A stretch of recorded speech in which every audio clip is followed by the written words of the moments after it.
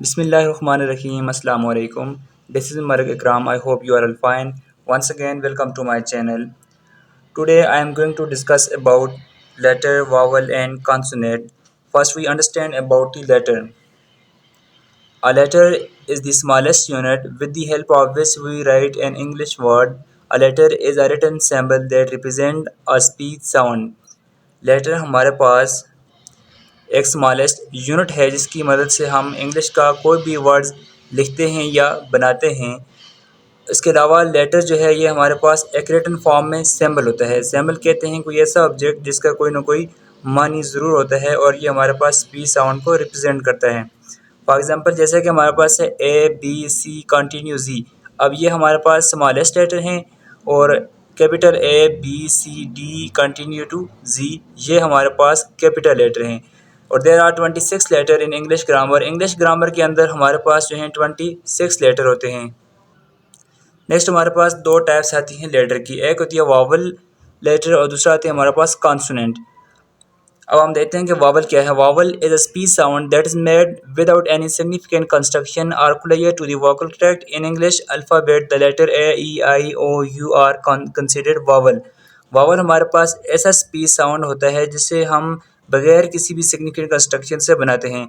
और vowel sound की हम पहचान इस तरह से करते हैं कि जब हम वावल साउंड अदा करते हैं तो हमारे जो लिप्स हैं ये क्लोज नहीं होती, हमारा जो माउथ है ये ओपन रहता है और ओपन माउथ से हम वावल साउंड को अदा करते हैं। जैसे हमारे पास है आ ई आई ओ यू।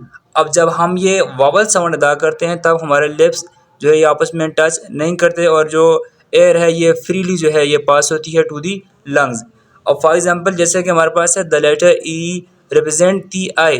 अब यहाँ पे देखें sound in word like see and bee. अब ये दोनों जो वर्ड्स हैं ये हमारे पास आई जो है ये साउंड दे रहे हैं। नेक्स्ट हमारे पास आता है consonant. A consonant is a speech sound that is made by partially और completely blocking the flow of air as it passes from the lungs. In English alphabet, all letters except A, E, I, O and U are considered consonant. अब देखिए यहाँ पे consonant जो है ये भी एक स्पीच साउंड होता है और इसे जो मेड करने में बनाने में हमें एक कम्प्लीटली जो है ब्लॉकिंग की ज़रूरत पड़ती है। यानी कि एक जब हम कॉन्सोनेंट को बनाते हैं तब हमारे लिप्स जो हैं ये लाजमी टच करते हैं और हमारी जो टंग है ये भी मूवमेंट करती है। विदाउट लिप टच के हम कभी भी कॉन्सोनेंट अदा नहीं कर सकते। और इंग्लिश अल्फ़ाबेट के अंदर 5 जो वावल हैं उनके अलावा जो हमारे पास जो बाकी जो अल्फ़ाबेट बचते हैं वो हमारे पास कॉन्सोनेंट होते हैं। एग्जाम्पल हमारे पास जैसे कि है the letter B represent the ब sound in word like bat and big. अब यहाँ पे दोनों जो वर्ड्स हैं ये हमारे पास बा साउंड अदा कर रहे हैं।